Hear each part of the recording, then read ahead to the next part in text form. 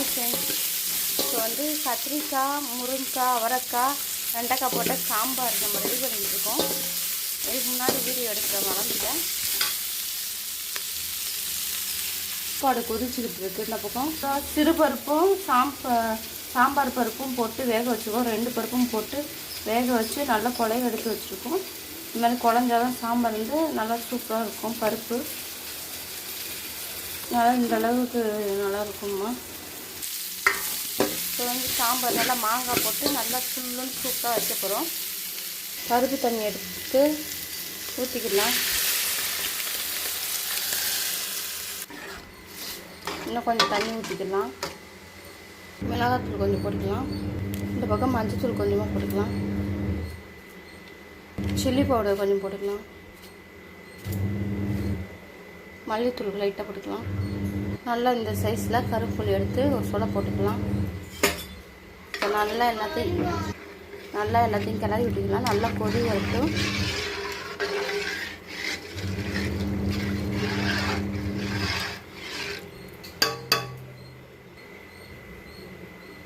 இப்போ மாங்காவை கொஞ்சம் கட் பண்ணி எடுத்துக்கலாம். நல்லா கொதி வந்துடுச்சு.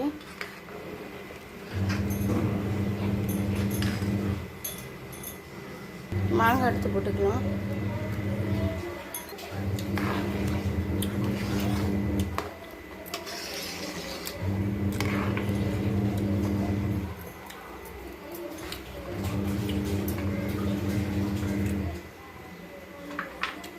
நல்லா கத்திரிக்காய், முருங்கைக்காய், மாங்காய் போட்ட சாம்பார் இங்கே ரெடி ஆகிட்டு இருக்கு.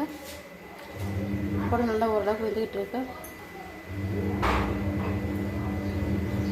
இந்த பக்கம் சாப்பாடு வெந்துருச்சு, வடிச்சுக்கலாம். இந்த பக்கம் சாம்பார் நல்லா கொதி வந்துருச்சு. சாம்பார் ரெடி ஆகிட்டு இருக்கு. கொஞ்ச நேரத்தில் காயை கட் பண்ணி இப்போ பொரியல் செஞ்சிடலாம். இப்போ வந்து நம்ம வந்து கோவக்காய் பொரியல் செய்ய போகிறோம்.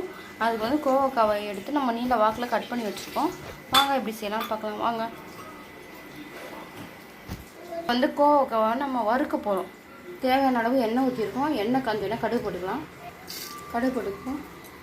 2 கடலைப்பருப்பு போட்டுக்கலாம். கருவேப்பிலை போட்டுக்கலாம். கோவக்காய் எடுத்து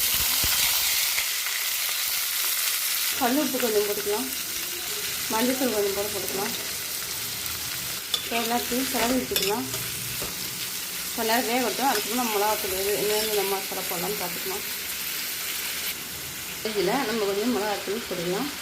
சில்லி பவுடர் கொஞ்சம் போல் கரம் மசாலா நல்லா எல்லாத்தையும் அப்படியே தட்டிக்கலாம்.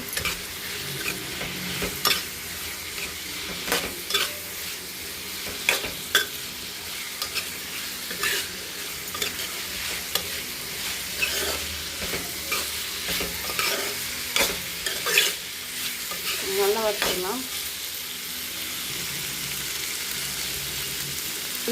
நல்லா மணமாக இருக்குமா.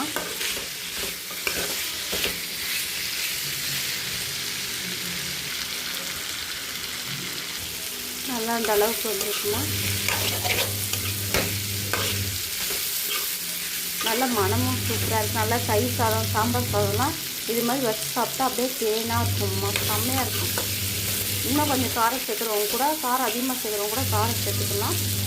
நாங்கள் எங்களுக்கு ஏற்ற மாதிரி காரம் சேர்த்துருக்கேன். பார்க்கவே அழகாக கலர்ஃபுல்லாக இருக்குது பாருங்கம்மா.